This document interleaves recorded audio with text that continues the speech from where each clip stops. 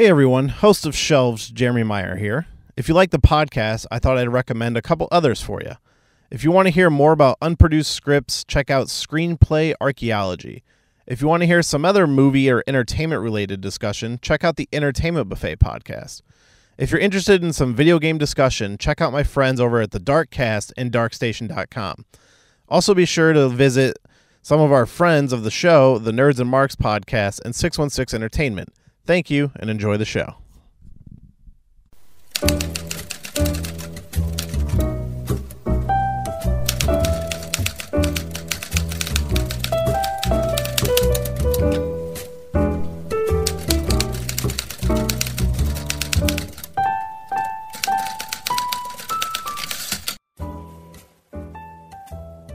There, everyone, and welcome to Part 2 of Star Wars Episode 9, Duel of the Fates. I'm your host, Jeremy Meyer. So, this episode was delayed a little while because the world decided to catch on fire in the middle of, me getting ready for this. So, since the last time I have put out an episode, we've been in the middle of the coronavirus COVID-19 pandemic, which, being in Chicago, Illinois, we were put on lockdown. I am still working as my job is an essential business, but we are on limited hours. Everybody keeping their distance, washing everything down. Everybody just goes home immediately after work. So, everybody's doing what they can to stay safe and stay sane, and I hope you're doing the same thing. But because of that kind of delayed the release of this episode. Kind of was, dealing with a lot of stuff, didn't have a lot of time to record. So, finally I have some time here. So I finally was able to finish reading the script, because what happened was the details for this script leaked onto Reddit and YouTube. Somebody got a hold of the script and, they're like, hey, here's, I read it.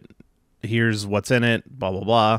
And so I sat down with my good friend Nick, who also has his podcast, it's really hard for me to say this, My Violet Tendencies, like violent tendencies, but the color violet, because he's a big purple fan. But yeah, so, we sat down, we, went through the script and talked about it. And I was like, all right, that was great. We got that in the bag. Then literally the next day, the full script leaked online. And I was like, shit, what do I do? And that kind of delayed me even putting out the first episode, because I was like, do I just scrap that episode and, get him in again? We read the script and re-record it, or do I just record something and tag it on the end of the episode? But I decided to just be like, fuck it. I'm just going to read the thing myself and just do a whole separate episode. It'll be a part 1 and part 2. So, part 1 released, I don't know what it is, a few weeks ago now. It feels like it's been a year. The last 2 weeks have felt so long.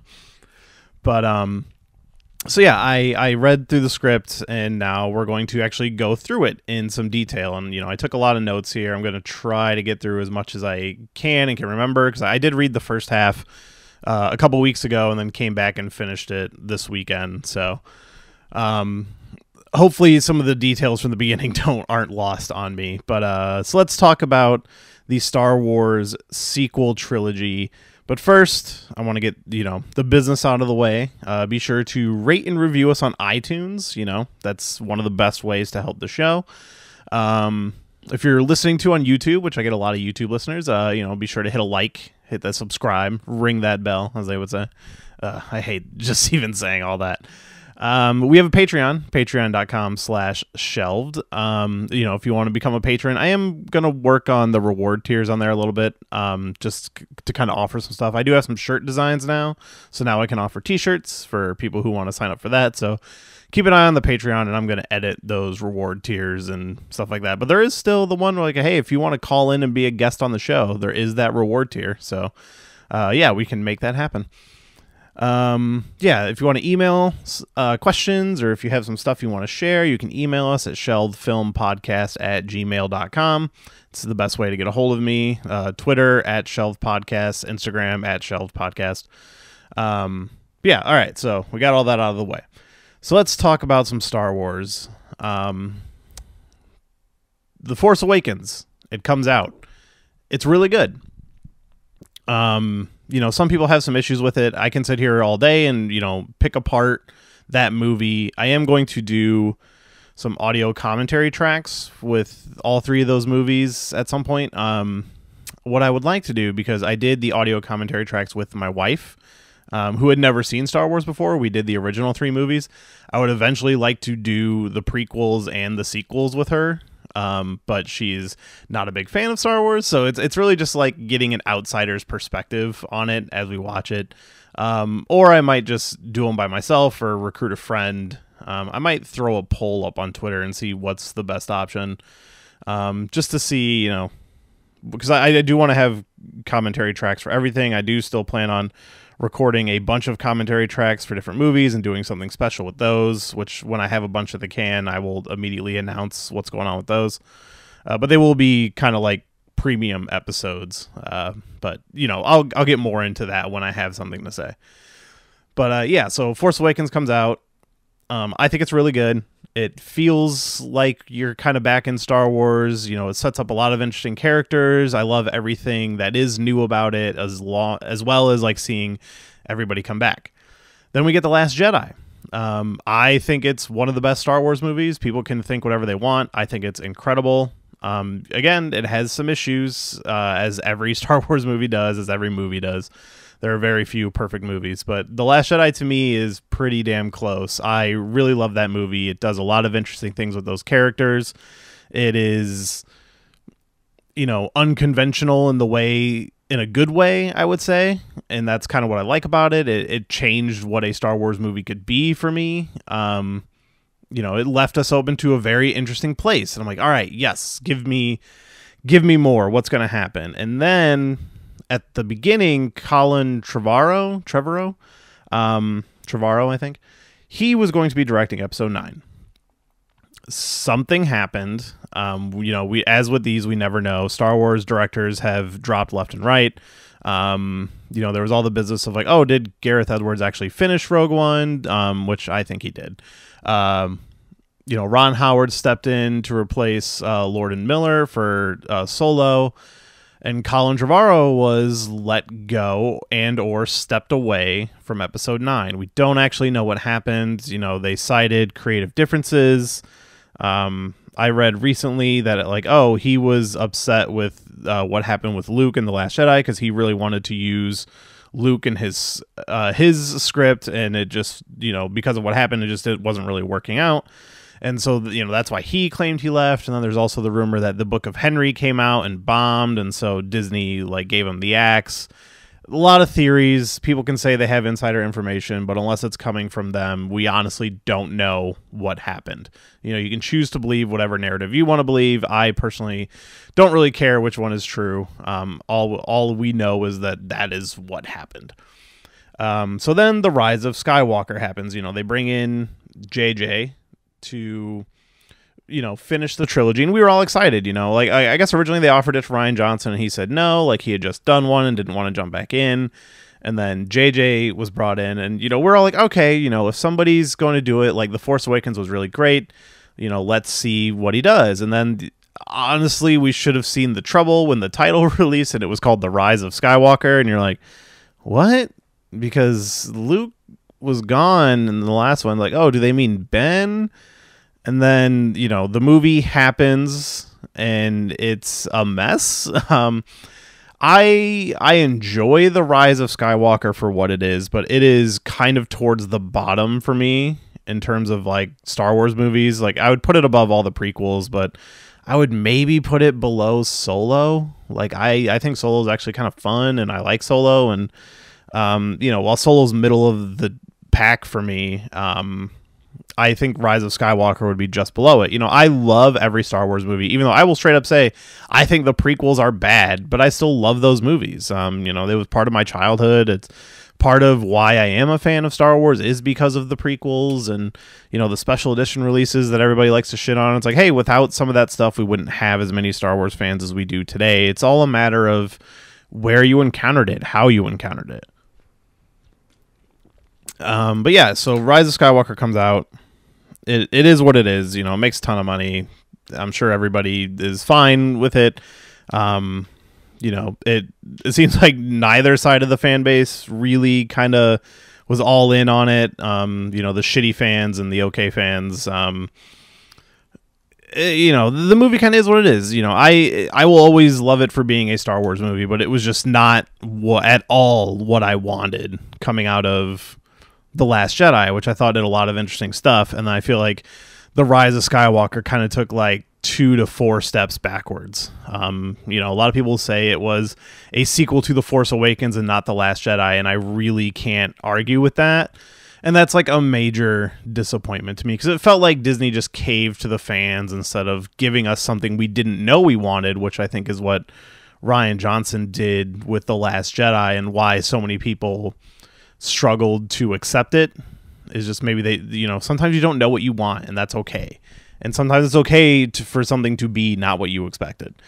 But, you know, The Rise of Skywalker, again, it was not what I expected, but it was okay. So then, you know, we could all help but wonder, what was the Colin Trevorrow version? Like, what was it going to be? And I finally got to sit down with the actual script, and now we're going to run through it. And I will just come right off the bat and say, I think we were robbed.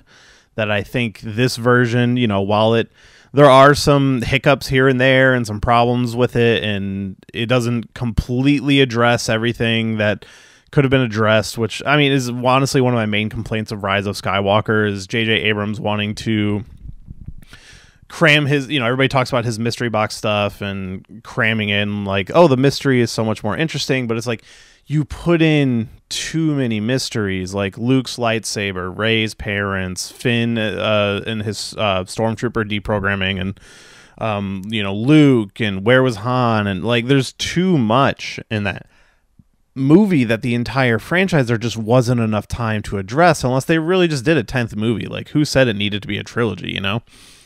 But yeah, so why don't we just get in and start from the beginning?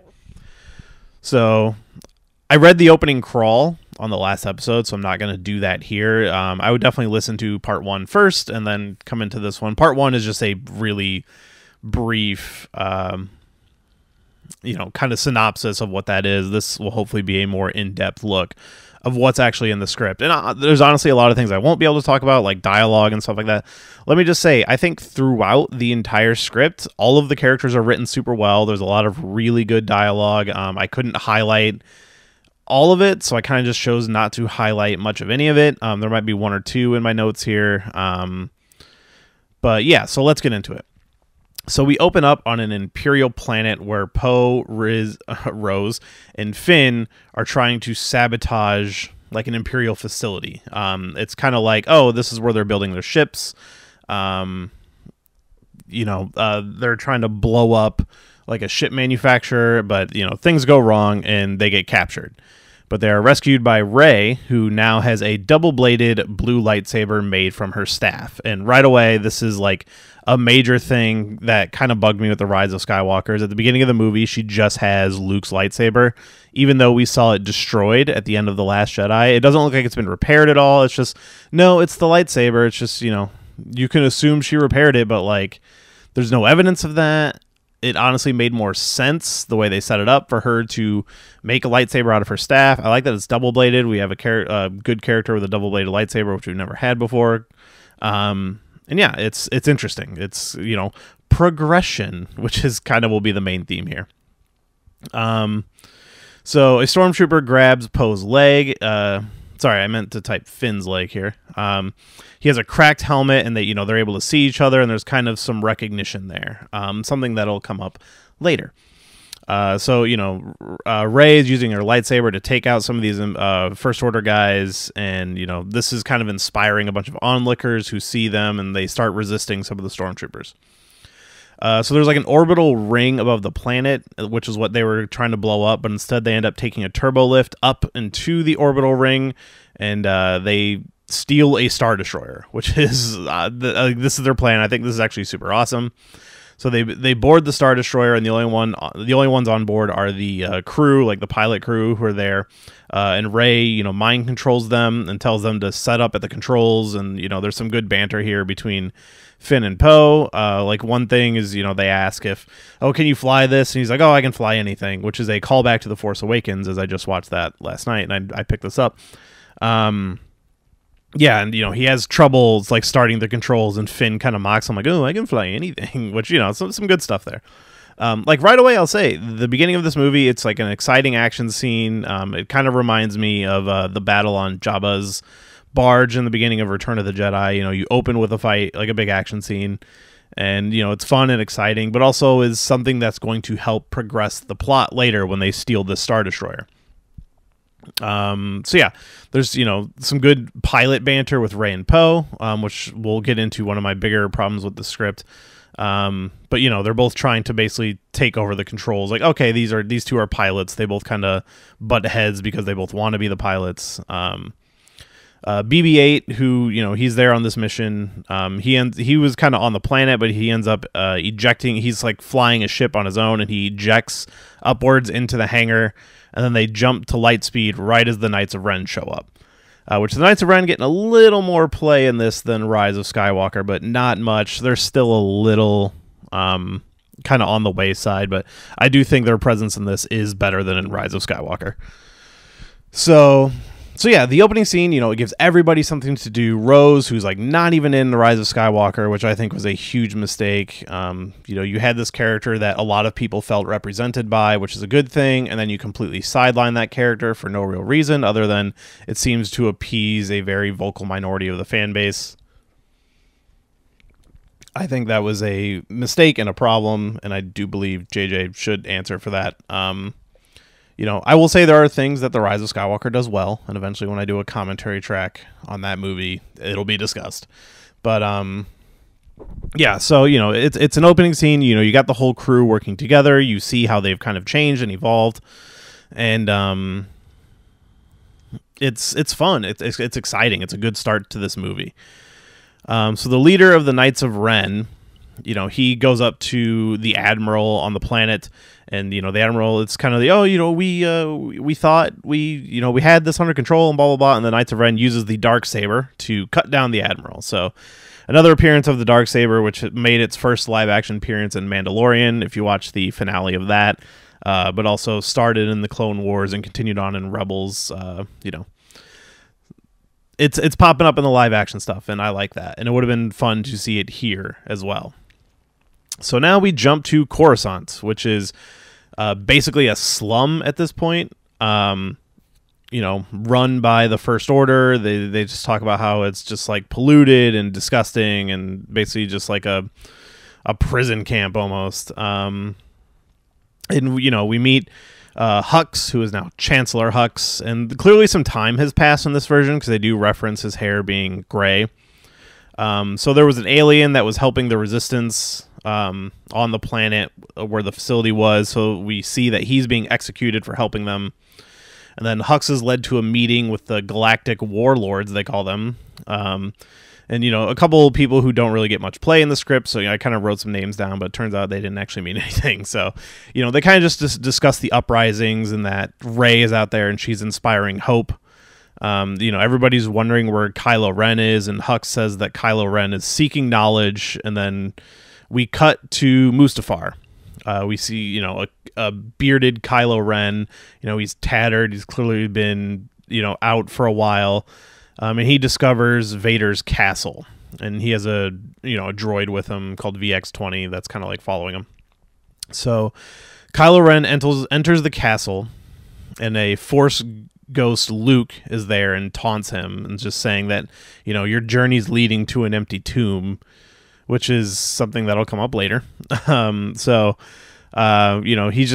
Ren's just like, leave me alone. Like, the ghost of Luke is just like, hey, just give this up. Go back to your mom. Like, you don't have to do this. And Kylo Ren is just in pursuit of power. And, this is the first thing I like about this script that I think The Rise of Skywalker completely failed on is, for some reason, they felt the need to introduce a new villain in Rise of Skywalker with Palpatine. I say new loosely.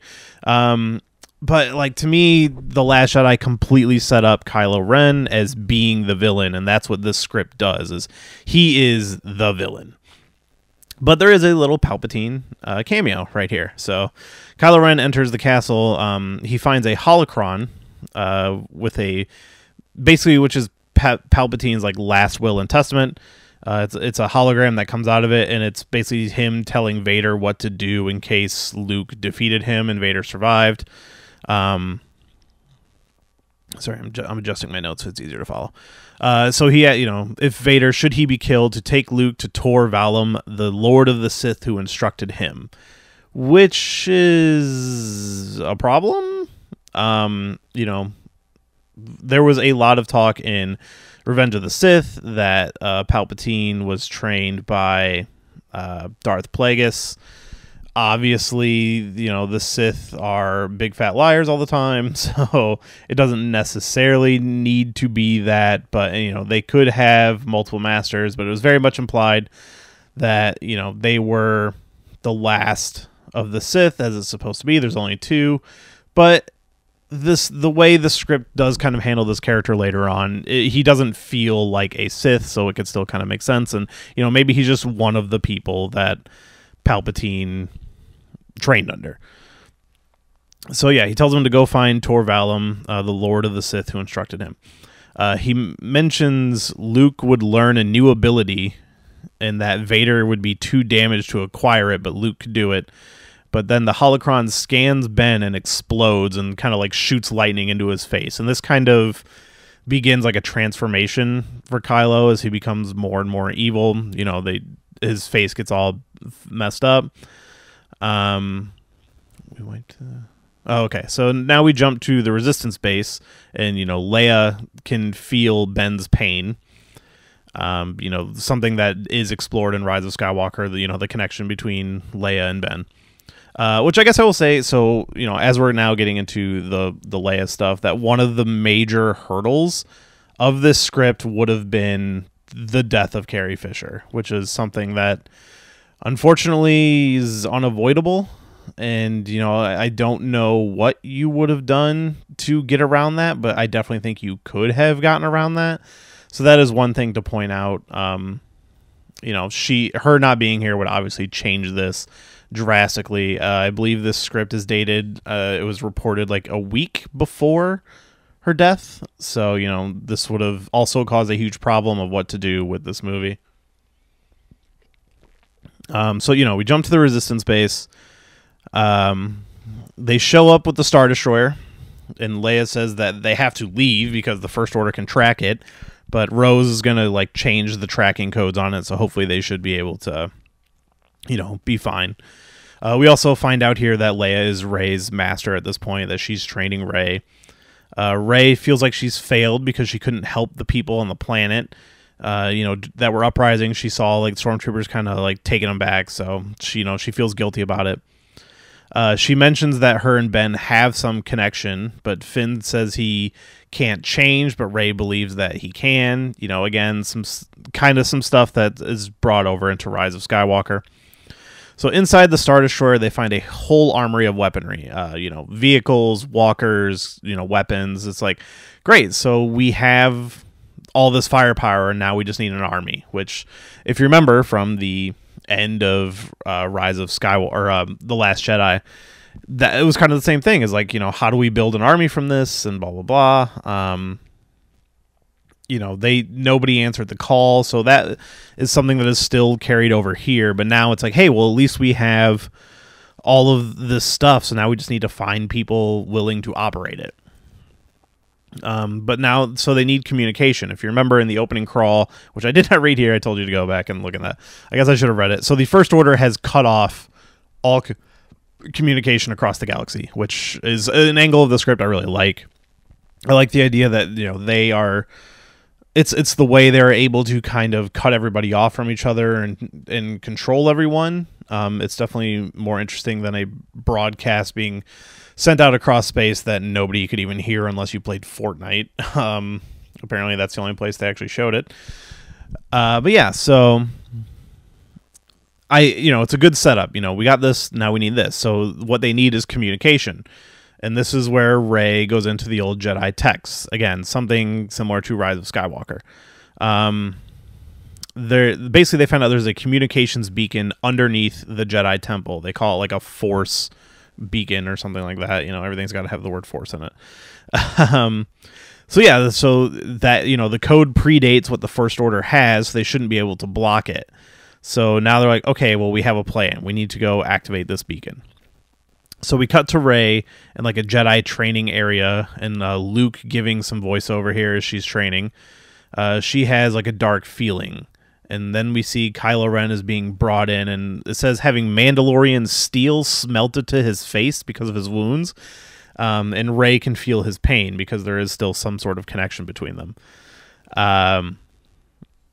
I have a hard time picturing what that's supposed to look like when you're talking about smelting something to someone's face. That seems way more dramatic than this script acts like it is, but it's, you know, it's giving him this kind of twisted appearance as he is falling more and more into the dark side of his search for power, which I like.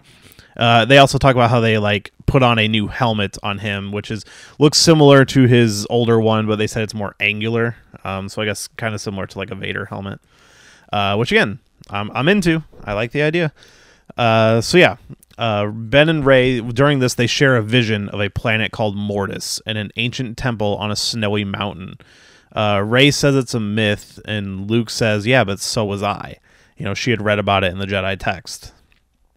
They also talk about, so Luke's Force Ghost is actually there training Rey, but they talk about how he looks more tangible, similar to, they literally say similar to how he looked on Crate with the Force projection. So, you know, Luke being this powerful Jedi, and, you know, maybe he's more attuned with the Force at this point. You know, evolution of Force Ghosts. Things are changing, things are evolving. Again, progression of the story. Things are happening. And, you know, I like to point out, this far into the script, there hasn't been like 4 action scenes. There's been 1 action scene, which is a plus in my end. This movie actually slows down to breathe.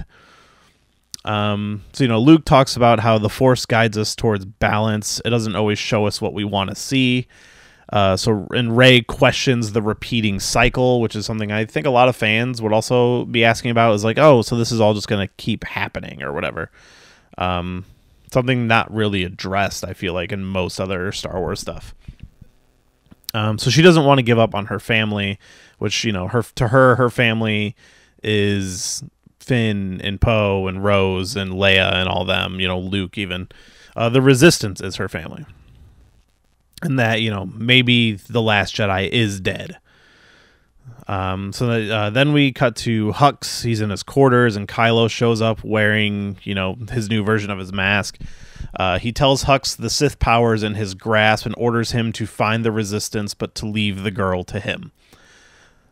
Back to the Resistance. The group tell Leia their plan to activate the beacon on Coruscant. They're going to sneak into the Jedi Temple. Again, there's some good banter here where, you know, Rose says she'll lead the mission, but she'll make Finn thinks that he's going to lead the mission. Because basically they're going to split up in 2 groups here. Finn and Rose are going to go to Coruscant with C-3PO, R2-D2, and BB-8. Or no, I think BB-8 actually goes with the others. And then Poe, Chewbacca, and Rey are going to go another way. Where am I reading? I don't know if I took a note on this. Okay, so, you know, Finn says he'll lead the team, and Rose says that she'll lead the team, but let Finn think he's leading. Rey can't go with them. She tells Poe about Mortis, and Poe wants to help and recommends a Force-sensitive friend who can probably find the planet. Yeah, because that's the thing. They don't actually know where this planet is. But Poe's like, yeah, I know a person who maybe can help you find it. This is also the first hint of a romance with Poe, which to me is very odd. Technically, you know, in the other movies, we never saw Poe and Rey meet. There was definitely the love interest between Finn, and then, you know, Rose kind of confesses some love for Finn in The Last Jedi. And it's never really addressed in Rise of Skywalker, mostly because Rose is, like, not really even in the movie. But yeah, so it's a little weird. It's one of the biggest downfalls of the script is why does there have to be a romance between them? Like, why does that need to be a thing at all? It doesn't really make sense. It was a major sticking point for me. I was not a fan.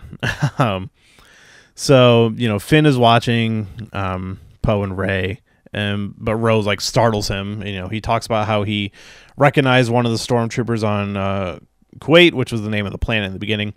And, you know, he doesn't want it to happen to any more kids. So, you know, more talk about, you know, Poe or Finn. God, I keep mixing up their names. Finn and, you know, the stormtrooper stuff from the first movie. It's like being addressed here. Something that, you know, I think Rian Johnson could have done a little more of in The Last Jedi, but did not. But at the same time, didn't really bother me in that movie that he didn't. And in Rise of Skywalker, it just feels kind of forced. You know, it's just, hey, we shoved in this character and group of characters, and, you know, at least they did do something with it, but it just didn't feel like right. It just felt crammed in, and it didn't get, I think, the attention that it deserved. This script does this a lot better. All right, adjusting my notes so I know where I am. All right, so Kylo Ren is setting out on his journey, but, you know, he's got the Vader helmet and he's talking to it, and he's basically saying that, you know, I understand now why you failed, that, you know, your love and your feelings for others are what held you back, and that he's not going to be like that. And he throws the helmet away. So we got a little bit of character growth here for Kylo Ren, that he wants to be his own man, and that, you know, love clouded his judgment, and he's going to succeed where Vader failed. So Hux says that Kylo and the girl can go kill each other for all he cares, while they prepare to go squash the Resistance. At the Resistance base, everyone is loading up. More tension between Rey and Poe. Leia says she knows it's complicated, and that, you know, Rey says there are rules, you know, with the Jedi and love and stuff, and Leia, you know, she challenges that. She's like, oh, you know, rules written by somebody 1,000 years ago, like, who knows what that person even, like, if they were even right. And so, you know, as they're talking, the First Order shows up to attack, which it's not really addressed how the First Order knows where they are. They just kind of show up. Oh, no, I'm sorry. I think they did track the Star Destroyer. But yeah, so then they changed the beacon on the Star Destroyer later. So, yes. So, you know, the Resistance, you know, they escape into hyperspace while Rey and Poe, they fly through the debris of the destruction. Like, some ships are getting blown up. Rose and Finn and the other group, they leave in, like, Rose's ship, which has a name that I did not write down, apparently. You know, Rey and Poe and Chewbacca and them, they are in the Falcon, and, you know, they're flying through the debris, and the Knights of Ren show up, and there's like a little space chase. It's not very long, and then Poe and Rey escape into hyperspace. So Kylo arrives at a planet called Remnacor, which is already better than Exegol, and meets Tor Valum, the teacher of Darth Plagueis. So he was actually Darth Plagueis's master. You know, they describe him as just this ancient being. There's not much description of him. There was that concept art, because there is concept art out there for Colin Trevorrow's script. And I should say that, you know, we're assuming that this is real. Like, this script, you know, it leaked online, and it's, you know, I kind of was just, like, in the back of my mind thinking about, like, what Trevorrow had said was in the script and what actually showed up in this, which, you know, a lot of the things he says and some of the concept art that is out there completely checks out with what's in the script, but that doesn't mean it could have been written afterwards. And I will say, if that's the case, they did a really good job, because this is definitely better. But, you know, as with any of these scripts, we never actually know. But, you know, safe to say, could be true. So, okay. Kylo arrives at Remnacor. Yeah, he meets Tor Valum. He removes his mask, and we see that his face is damaged. He says Torvallum says that Kylo is not Sith because he holds on to his past, and Kylo asks him to teach me. So now we cut to Bonadin, another planet, with Rey and Poe and Chewie. So Rey and Poe blend in with the locals, but with some stormtroopers notice them and they kiss to avoid being spotted. Little cheesy there, but you know, whatever. Star Wars can be cheesy. So they find a character, Nomi, who is Poe's Force-sensitive friend, and through a ritual gives Rey the location of Mortis and says that she must go alone. And now we jump to Coruscant. There's a lot of planet jumping going on in this script, but it's, you know, it's not crazy. You know, we can follow it. You know, at least we're stuck with characters we know and stuff like that. So, you know, Rose and Finn, they make their way to the Jedi Temple. They fly in. They kind of drop off 3PO and R2. And then they, you know, climb up into a building and use a zip line to get into the Jedi Temple. They have these kyber crystals that they have to input into this mechanism, and Finn kind of throws one to Rose, which annoys her, and she's like, this is a 5,000-year-old crystal. We don't throw them, which is, you know, another good little moment. You know, and so they start working on trying to open the chamber. And now we jump back to Remnacor, and Kylo has learned how to drain the Force from living things, and it's like healing him as he's, you know, draining animals that live on the planet. He's like they talk about how his face is like getting better and looking better. But he's, you know, I want more, you know, because he's always craving more power. And Torvallum, sorry, I'm having trouble remembering his name. He's like, you know, there is no more. And then there's a, you know, a cave on the planet. This is very similar to Luke and Empire when he goes into the cave and has the Vader vision. Literally the exact same thing happens here. So, you know, he goes in and he confronts a vision with Darth Vader, and, you know, they fight, but Vader defeats him, being the difference in, you know, the Luke version. You know, he cuts him across the chest and Kylo like freaks out and feels his chest, but then he, you know, there's nothing there. So then he exits the cave and, you know, he's, you know, tell me where the planet is. And Torvallum says that he's not ready and that the planet, you know, is the well of the living Force, but Kylo's not ready to go. But Kylo drains him and turns on him and is probing his mind for the location. And, you know, Torvallum's like, I trained you. He's just like, yes, and I thank you for everything you gave me. You know, Kylo's kind of going full evil here. You know, he gets a little more healed, and Rey can feel him getting stronger. So Finn and Rose, they are able to activate the Force beacon, and I think this is kind of a cool scene. You know, a big beam of light shoots out of the Jedi Temple, and it's not just your beam of light into the sky thing that every superhero movie did.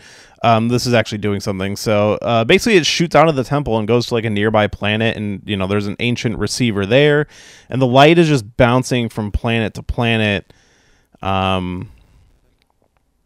Yeah, basically, you know, sending a broadcast. It also says that like R2 puts something into the light, like a hologram or whatever, and then basically it's sending Leia's message like across the galaxy, which is kind of cool. Like, I like the idea of, it reminds me, I think it was Lord of the Rings when they're lighting all the torches across the mountaintops and stuff. It's very similar to that. So Kylo, he comes out of the temple and he sees the light traveling from Remnacor, and he uses the Force to stop it, which I think is a really cool display of power.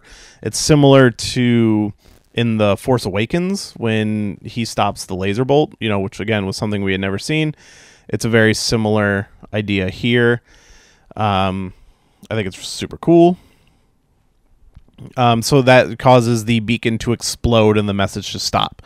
So now at this point, TIE fighters are descending on the temple because, you know, obviously they know somebody's in there.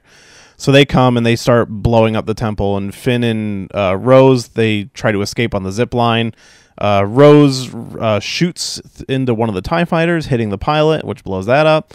But then she kind of gets, which to me, this is a little ridiculous. She gets grazed by a bolt from a TIE fighter, which that seems a little extreme, that she would definitely die. But it's, you know, she falls off the zip line, and, you know, Finn escapes on his own, and, you know, Rose, like, you know, that whole situation. So yeah, we're back on the planet with Rey and Poe, and they're ambushed by the Knights of Ren. They run onto this like boat, and she uses the force. It's like a sailboat, and she uses the force to push the sails, and they fly across this ocean to get to where their ship was parked, like where the landing is. So as this is happening, the Knife Nine, which is the whatchamacallit, the Knights of Ren ship, so it's like coming after them and shooting at them and missing, they're shooting back. They make it to the landing pad, and Rey battles the Knights of Ren as Chewie and Poe are like getting the ship ready, which is like a really cool battle. She is fighting the last Knights of Ren, and he's kind of got her held down, and she uses Force Lightning on him and like electrocutes him. So again, something that was in Rise of Skywalker, but it has a very different explanation here, which we'll get to later on.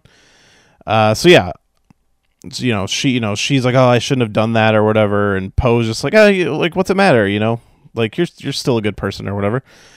So then Rey says that she has to leave alone, but Poe doesn't want her to do it, and I think this is a really good moment where she uses the Force on him to like, you're gonna do what I say. She uses the mind trick on him, and he's just like, no, like don't, and she has to do it like 3 times until eventually he's just like, I will. She wants him to go help the Resistance, so he's like, no, don't do it, and she's like, you will go help the Resistance, and he's like crying, and then she does it, and he's like, all right, fine. So him and Chewie leave, and then Rey takes the Knife Nine, the Knights of Ren ship, and then she leaves for Mortis. So Finn, wakes up after he's like kind of knocked out inside this blowed up building, and there's like a stormtrooper in there searching, and he takes him down, and he starts interrogating him, which is again a really cool moment relating back to him and him being a stormtrooper and everything, where he's like, do you remember your name? Do you remember, like, do you know why you fight for them? And he makes him realize that he is like Finn, and he's like, you should get out of here, you need to pick a name or whatever. And then Finn just kind of leaves the stormtrooper just like rocked by his world. So at this point, Rose is captured by Hux. A really dumb moment where Hux tries to use the Force on her in interrogation, and she makes fun of him. But he's like, oh, we have other ways of making you talk or whatever. So at this point, Leia, we cut back to Leia. She doesn't know what she's going to do. All hope seems lost. And so she takes a ship and she leaves. And she goes to another planet, and she finds Lando. So we get our little Lando cameo. And they talk about, kind of what is going on.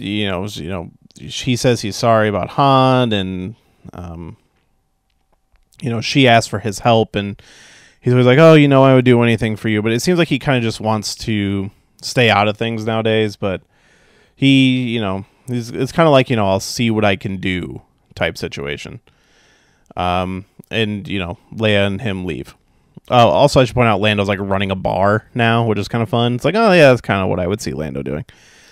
So we go back to Coruscant, and C-3PO and R2-D2 see these, what they're called, brute troopers, searching homes. It's very similar to the scene in Rise of Skywalker when they go to find Poe's bounty hunter friend. When they're looking for Babu Freak, and we see the town being searched. But these brute troopers are basically described like, oh, just like a bunch of Captain Phasmas, like stormtroopers in chrome armor and stuff like that. So yeah, so we're introduced to them. Finn ends up, hiding in the sewers, and we meet Dade, who is a child that, like, he saw them arrive. They like point out this child named Dade, and he leads him to all these like refugees in the sewers. And Finn makes a big speech, we gotta, we're tired. There's like a bunch of you. We need to start an uprising and blah, blah, blah. And he gets them all excited. And this is kind of like the completion of Finn's arc of, he went from scared stormtrooper to now he's going to lead the charge. So Finn leads a resistance revolt, and they steal a walker in the city, and they just start like blowing up some other walkers and ships and stuff. And then we get word that other FN stormtroopers are revolting, and so FN being the same group that Finn was from, and so they're like, oh, maybe there was a problem in the programming of these specific stormtroopers and blah blah blah. So Finn is kind of like causing all this chaos on Coruscant. And Rose is all messed up and kind of stuck in Hux's like torture chamber. He says to send in the brute troopers. Now we get a bunch of these guys. Finn is pulled out of the walker by a brute trooper. He kind of lands on the top, and they have a fight, but he's saved by a turncoat stormtrooper, the one that he helped earlier, and he just runs up to him and says, "My name is Rafe." And Finn's just like, "I like it." And I like this moment. I think, this is a great culmination of the stormtroopers turning against their programming, like that whole story. So now Poe returns to Leia, and they decide that, all right, all this stuff going on in Coruscant, we need to get there. If there's a revolt going on, we have the weaponry, so we need to get it there to them. So they decide to fly to Coruscant.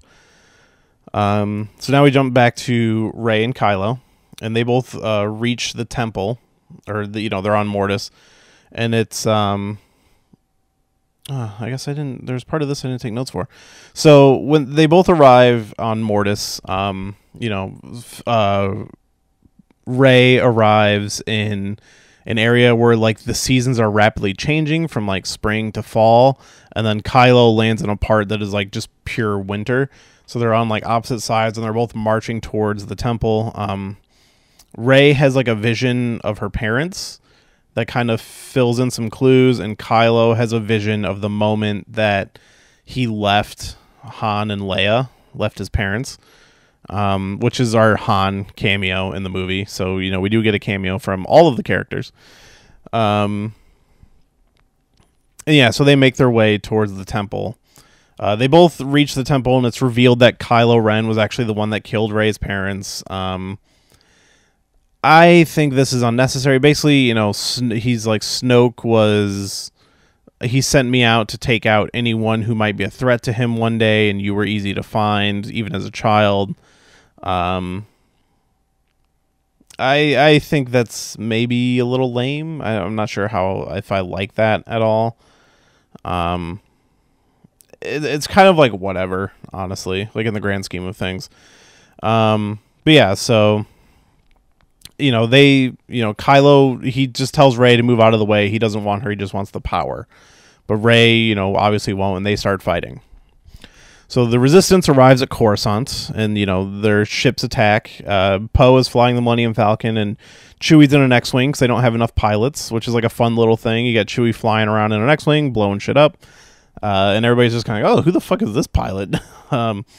So some Star Destroyers arrive at Coruscant, and then it turns out that the Capitol building, is a ship, and that they're planning to use that to escape. And Rose ends up escaping from her torture chamber, and she wants to stop them, but she needs the hyperspace codes that R2 got in the beginning from on the planet where they were making the ships, Kuwait. So she's like, oh, we need to get R2 here, but he ends up getting shot and damaged, which this is some concept art that you can see out there, and I will probably be posting that on my Instagram the day this episode comes out. So if you want to see some of that concept art that actually came out, that was part of that book, the art book that came out, there was some concept art in there that actually pertains to this version of the script. You can see that stuff. So yeah, where was I? So the Resistance sends down a transport with all the ships and the vehicles and stuff, so everybody on the ground, they can now load up. They take R2's memory banks out and put it into BB-8, and BB-8 kind of gets his little heroic moment where it's like, all right, you need to get to the Capitol building, and he's just like rolling through all this war zone and like dodging stuff. And basically at this point, Coruscant is just all-out war. So now we cut back to Rey and Kylo Ren. They're fighting. Kylo blinds Rey with his lightsaber, and she falls down the stairs, leaving Kylo to just enter the temple by himself. Then we cut back to Coruscant. Some Star Destroyers come up, and the Star Destroyer that they stole is taking on these other two, which they do say that we kind of see them moving relative to their size, so that kind of supposed to make them look like they're going faster and stuff, which something we wouldn't have seen before. Now we cut back to Kylo, and he finds that the temple is empty. Kind of like Luke said in the beginning, that his journey is going to lead to an empty temple. And Luke's ghost appears to taunt him. He starts reciting Obi-Wan's speech about the Force, and as he's saying that, like between every line, and the part how he's like, the Force surrounds us and penetrates us, basically saying that they're all one. They are all one with the Force. But as every line is cut with Rey like getting up and climbing up the stairs. Everyone can feel Rey from across the galaxy. Like, her pushing forward is the thing that's motivating everybody. And Rey takes a cloth and wraps it around her blind eyes, and she's basically like a gray Jedi. She's in the middle. She is the balance. She says that she will not deny her anger or her love. So Kylo tells her, that she's nothing and no one, but they bring back the line, no one is no one, that Luke said in The Last Jedi. So they fight while Rey is blind, but she's just being guided by the Force. And then a moment similar to the Rise of Skywalker, Lando shows up with a fleet to help in the Battle of Coruscant. But it's not the giant fleet it was in Rise of Skywalker. It basically sounds like the script describes it as he got all of the, what do you call them, smugglers and bounty hunters and stuff. Yeah, so, they show up, and, the battle turns, which, Chancellor Hux, he's just watching from the window, and he goes to this case that contains these, they describe them as, like, vintage lightsabers, and he basically kills himself, commits harakiri with a purple lightsaber, which I bet fucking dollars to donuts it was supposed to be Mace Windu's lightsaber, probably in a case. The biggest problem I have is I really like Hux as a character, but I always feel like he kind of hasn't done much in any of the movies aside from just stand there and be menacing. I feel like this death is really uncharacteristic of him. I think he should have kind of been taken out by his own hubris. My dream of this was always like, like him and Kylo end up both dying because Hux, like, let's say they were in two different ships and Hux decides to fire on them because he sees that they're losing and he just wants to kill Kylo, but then that causes them both to die or something like that. Is like a death I saw more fitting for him. Him killing himself with a lightsaber seems a little out of place. But, there's some concept art for it. It's like a cool visual, so like I kind of get it, like from a visual standpoint. But so Rey and Kylo, they fight and they're evenly matched.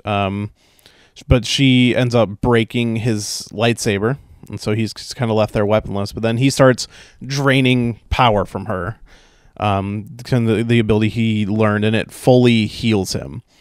And as Kylo is draining Rey, Leia can feel it, and so she reaches out with the Force and calls to Ben.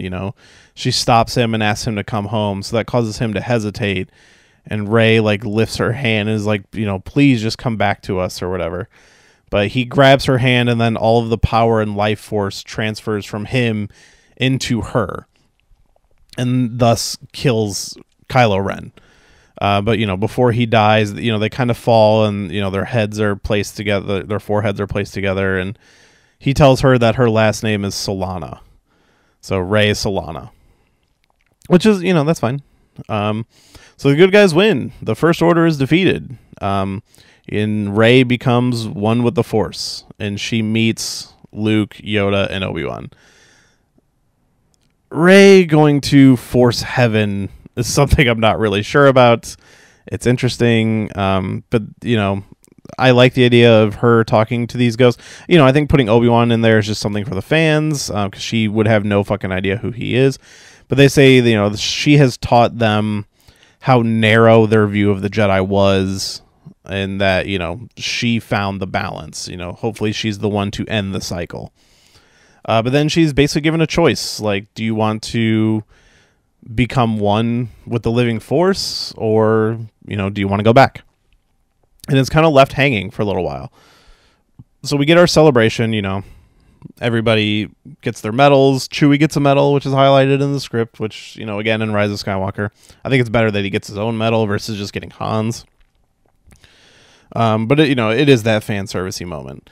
Poe says that he's going to continue to look for Rey, and he's given that wrist beacon that was Leia had in The Last Jedi, and he puts it in the Falcon, kind of replacing Han's dice, which is like kind of a nice little moment. And then so him and Chewie take off in the Falcon, and then we get to sometime later. Finn and Rose have kind of set up a refuge for Force-sensitive children. We even see the kid from The Last Jedi who like had the broom or whatever. So they kind of reference that stuff. But I want to see. I'm actually flipping through the script right now to see. So yes, I'm actually going to read this last little section here because it's a little interesting the way this kind of plays out. So, interior, homestead, day. Finn sits with a circle of young kids, 6 to 11, in a sun-drenched cabin. A fire crackles as he finishes the story. Finn. And the light could be seen all over the galaxy, in every system. Rey gave us all hope. A little girl, 7, looks confused. But how do you know she's really gone? Finn. I don't think she is gone. I believe... it's like an ellipses. Finn eyes Rose, seated at a wood table, parts of a droid's motivator spread in front of her. She smiles. Finn. I believe someday she'll come back. And when she does, we'll be here waiting. All of us. The kids smile, relieved. They like that ending. Finn. Go on. Get outside. The kids leap up and run out into the daylight. Finn rises with them and follows the last one out. Exterior, Modesta, day. I guess Modesta would be the planet. The children race about the pasture. Dade is among them. So is the broom boy from Canto Bight. They race around a Nerf fowl, trying to hook a ring around its tiny horns. BB-8 races with them. Oh, so BB-8's with them. That's weird. He should be with Poe. Beeping excitedly. The little girl hooks it. The ring flies back through the air into her hand. These children are Force-sensitive. Finn and Rose have built a refuge for Force-sensitive youth to live the life they never had. Finn steps out onto the front porch, leans against a post. The twin sunset washes his face. So, again, we got another twin sunset moment. How many planets here have twin sunsets? Something in the sunset changes his wistful expression. Unclear at first, but it soon becomes a realization. A tremor in the Force. Interior, Millennium Falcon, deep space. Poe and Chewie in the Falcon at light speed. The beacon hanging from the dash suddenly begins to glow. Chewie roars. Poe sees it, eyes wide. Poe, Chewie, turn the ship around. Chewie yells. Poe, I know, just turn around. Exterior, Modesta, day. Finn notices a glimmer of light in the distance. He steps forward to get a closer look. Rose joins him, shielding her eyes from the sun. A figure blurs on the horizon, a familiar silhouette, dirty, ragged, walking for a long time.